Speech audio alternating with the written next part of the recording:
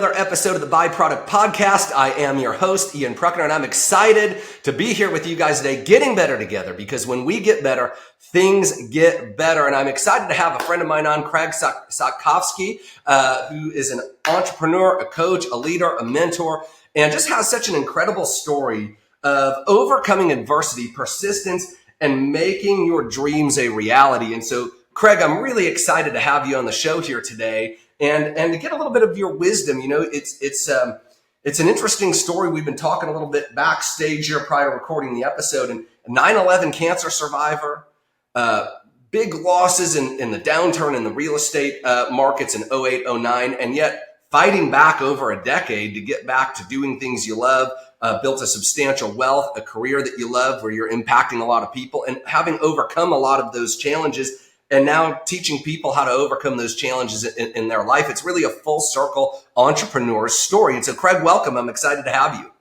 Thanks, Ian. I appreciate the opportunity.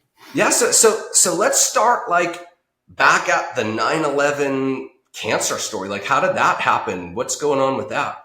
So my wife at the time and I, we lived in Jersey City, New Jersey. And I was walking out of my one of the houses that we were working on. And I saw smoke, and we lived probably like a half mile, 3/4 of a mile from the Hudson River. And she was a photographer, and went to another house that we had where we were living, and just grabbed this and grab your gear, let's go. And we ended up going down to the Hudson River, and that's where it was just crazy, pandemonium, wow. just insane. And by the time we got to the Hudson River, the second plane already hit. So we watched, and my wife has dozens and dozens and dozens, if not hundreds of pictures of the sequence of the buildings coming down. Wow. And, just the pandemonium to all that. Long story short, I didn't pay any attention to it. I mean, I was only there for 2 days. Okay. And I was living in Florida at the time and then in Mexico, and people were like, you need to call this lawyer up and that lawyer up because of all of this stuff. And I was like, for what? I was only there for 2 days. Again, long story short, 2012, I got a collapsed lung and pneumonia. And this was in Mexico.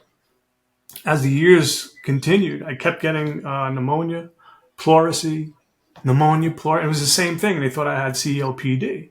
It was an eclipse in 2017 we went to Helen, Georgia. And I'm an avid hiker. I walk 4 or 5 miles a day, man. I have to just... Me too. Entrepreneur, just to get it out of your head, right? Yeah, me too. I'm walking everywhere all the time. Just get all of those conversations out of your head, all the personalities that entrepreneurs need and all the fires to put out, and just walk. And I couldn't walk up this hill. And it felt like I had an elephant sitting on my chest, perspiring, all crazy ways of just cold, hot, ridiculous. We go to the ER, and that's what they told me. I had a malignant tumor in my chest. Okay, I could take that. What I couldn't take was they said it in front of my 11-year-old daughter. And that, I almost throat punched the doctor. It was a bit of a reaction. So as time went on, I got a rigid and flexible bronchoscopy. And during one of those procedures, I can't remember which one, they nicked the carcinoid tumor. And it sent all the nasty stuff going through my blood. So it almost took me out. Wow. And I ended up in a hospital for 7 to 10 days, and I needed this emergency surgery and all this stuff. And they ended up taking my mid and lower lung out on a 9-hour surgery.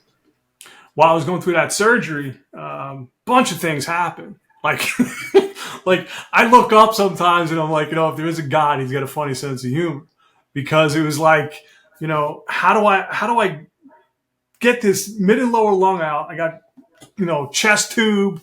I have the catheter. I have the epidural in the back. I have and I'm like, this is ridiculous. They're like, what can go wrong? Well, quick story. So the pain doctor came in and bent the epidural that was in my back. The one lady came in, she was cleaning one of the tubes, and she actually pulled my chest tube out. Horrifying pain, man. But the worst pain was when the nurse was cleaning my line and she tripped over and pulled my catheter out half. Oh. Bro, it took me almost a year to pee straight. I mean, We might need to take an emergency break here with that visual. Oh my gosh, no, no fun. Ouch. Yeah. So it's been a hassle, man. It's been an obstacle, a journey, a quest. But I'm here on the other side of it, and I want to just have people understand. I'm part of a historic event, but I'm also part of like tens of thousands that are sick and dying, and nobody's really paying attention. Wow. And what was that from? It was something that was released from the buildings, or what did it get? Okay, so I was only there for 2 days, right? Right. And people were like, "How do you develop this stuff or whatever?" The problem was, I found out years later that you only needed to be there 4 hours of the first 5 days, and I was there 2 days of the first 5 days. So it was just all the carcinogens. I mean, you're talking about plastics and just oils and drugs and whatever you could possibly think of as a catastrophic event or a bombing campaign. Sure. That's what it was. Wow. And I realized that, like, how am I going to get out of this? Because now I'm an earner, but I'm not earning, right? Where are the lights going to be shut off? We went bankrupt during this process, sold everything twice during this process. And it was like, well, how am I going to do this? Like, how do you tap in? And I realized that when I was a kid, I went through some stuff that little kids shouldn't have to go through. Then I had to tap into me being a drug addict when I was a kid from that. Then it was another bankruptcy when I was living in Hawaii, hustling limousines and being a carpenter out of Fort Island.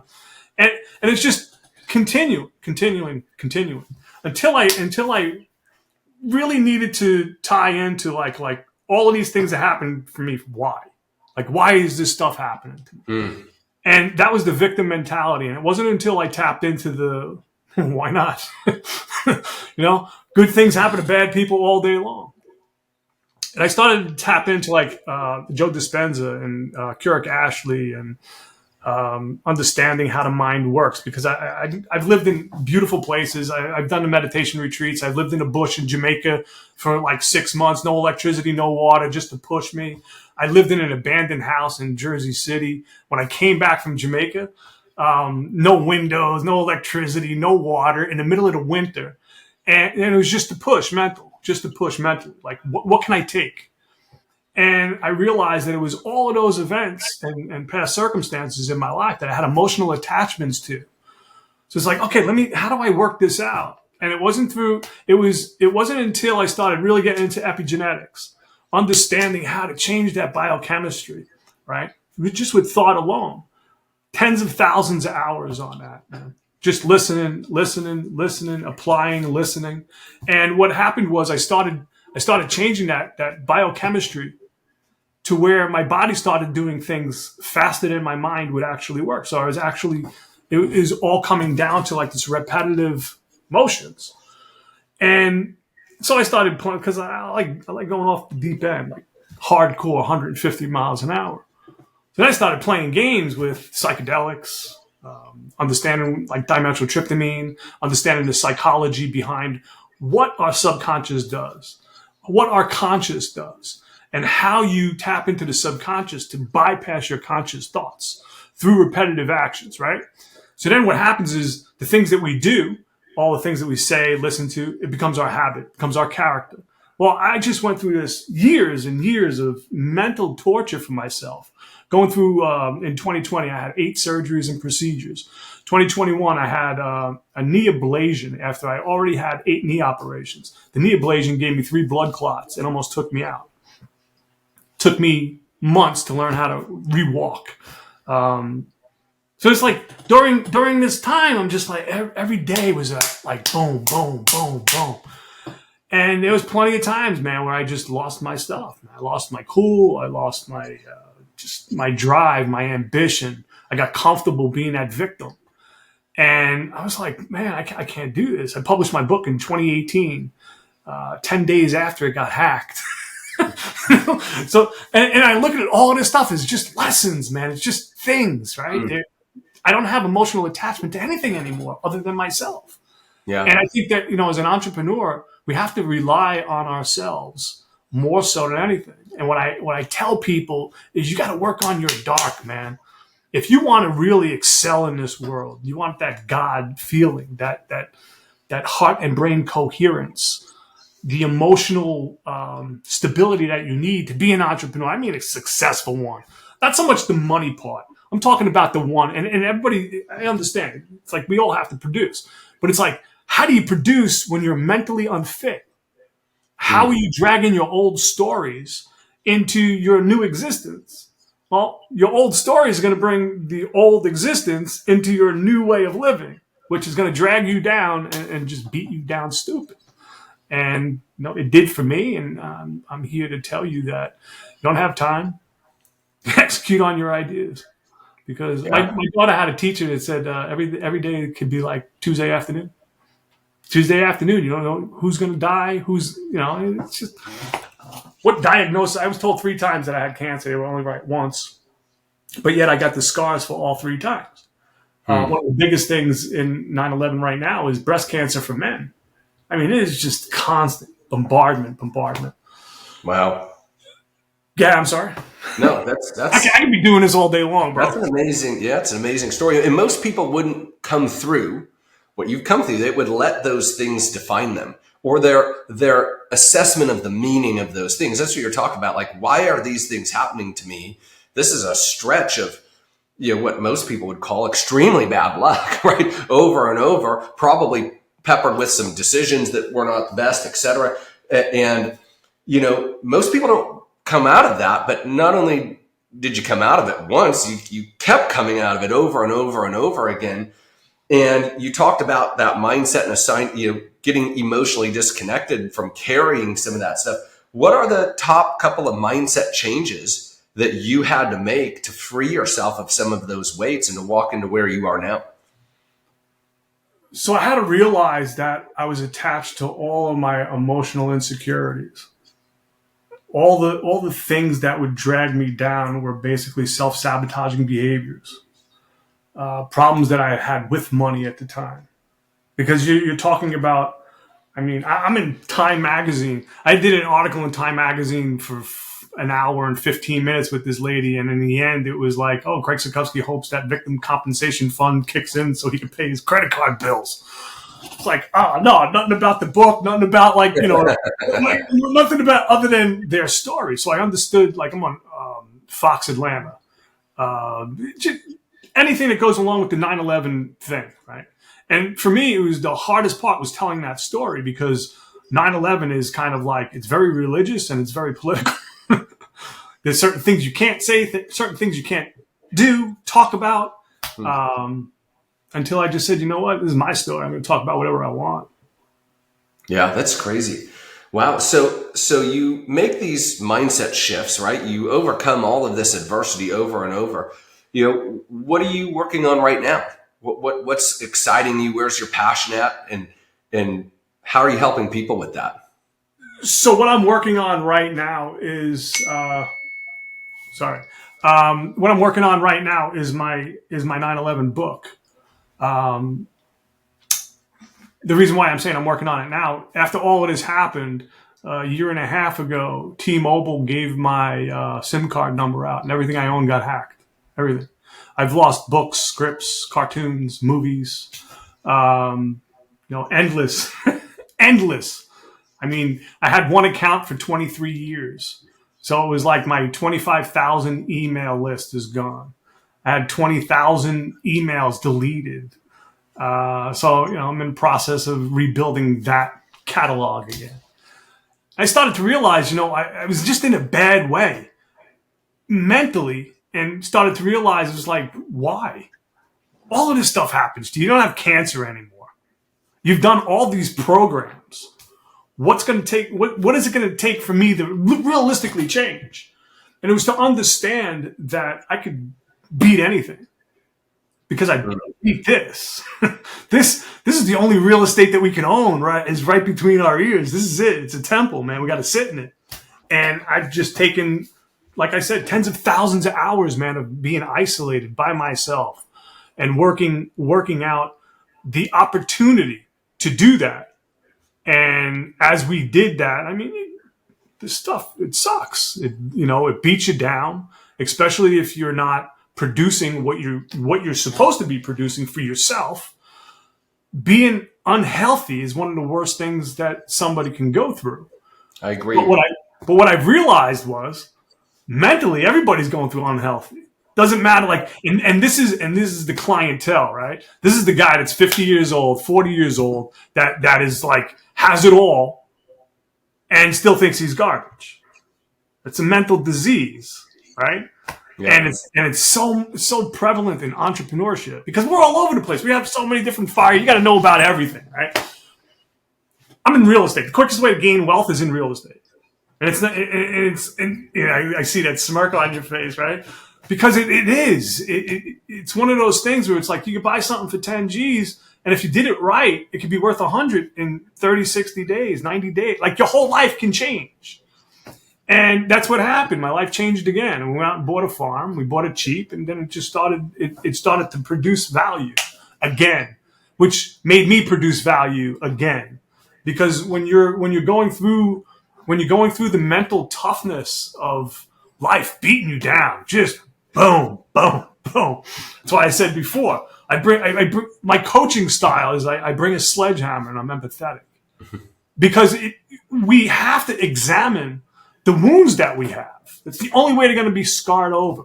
That's the only way that you're going to be able to go, I'm a badass. Look at these scars. I got scars all over me, man. And I understand, like, when I look at something, I remember that time. I remember the mental state that I was in. I was like, oh yeah, never again. Never again.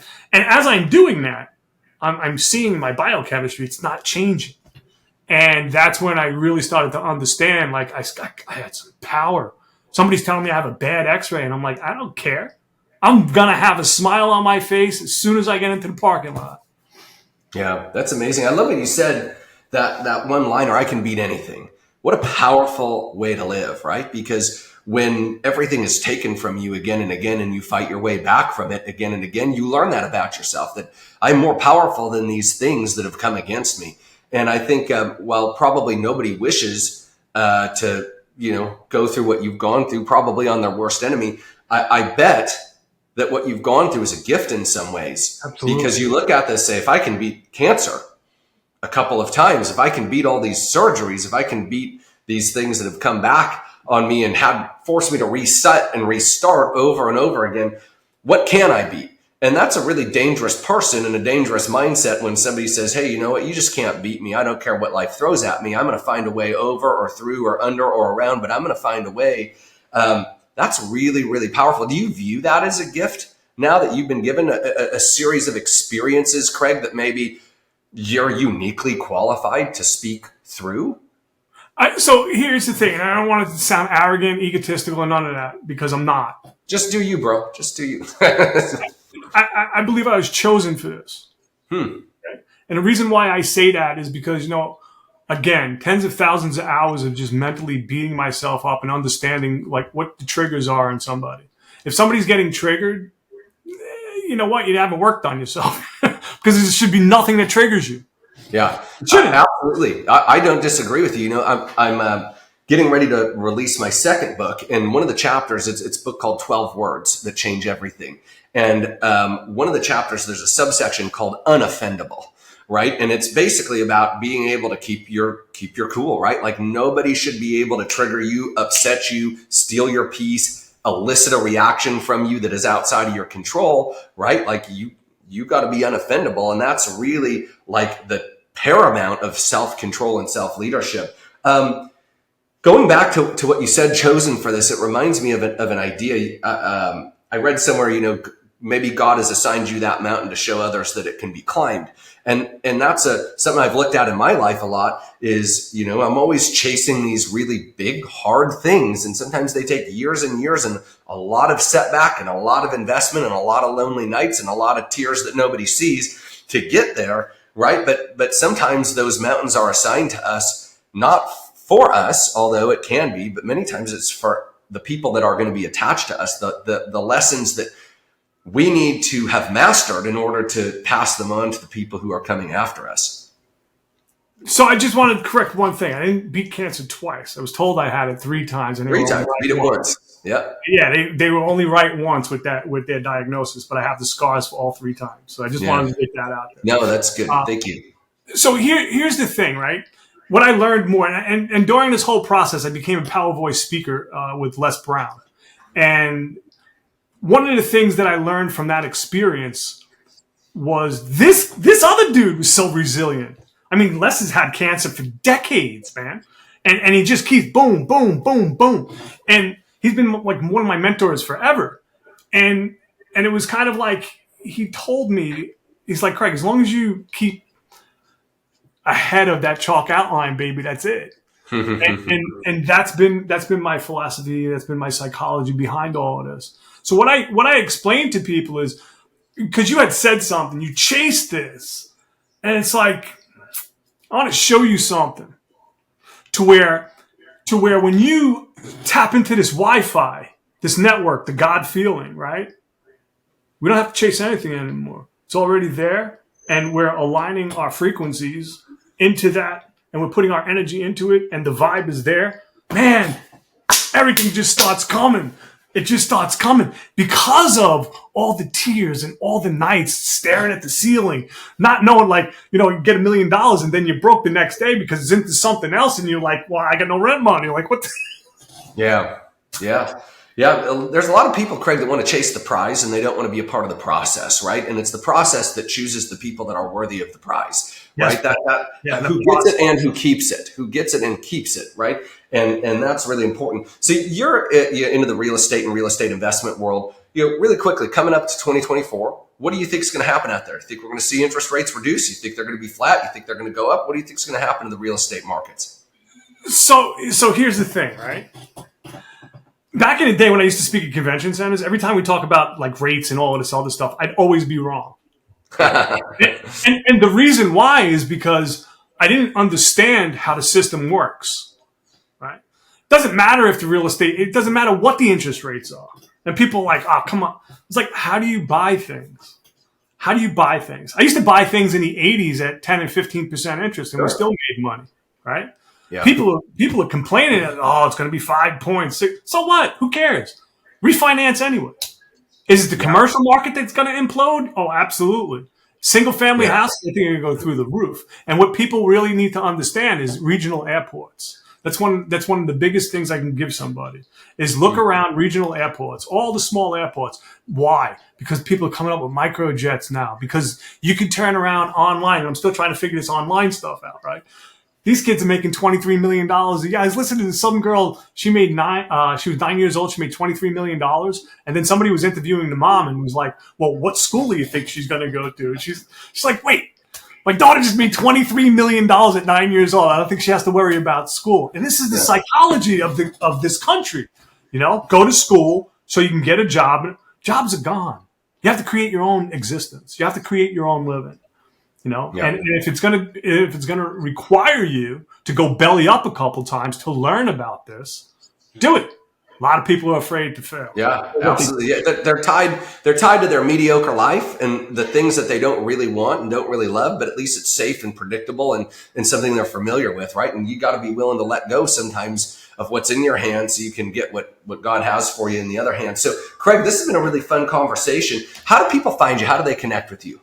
Well, I'm not that creative, right? So everything that I have is Craig Sotkovsky. So if you want to go to craigsotkovsky.com, I give everybody 15 minutes. Wow, that's amazing. So you can go to craigsotkovsky.com, right? You can find Craig on Instagram, Facebook, same name, right? Everything's all there. Everything's the same. Oh, fantastic. Well, Craig, thank you so much for your time today. It's been a pleasure. And thank you to all of you watching again and spending a few minutes getting better together, because when we get better, things get better. Until next time, we'll see you soon.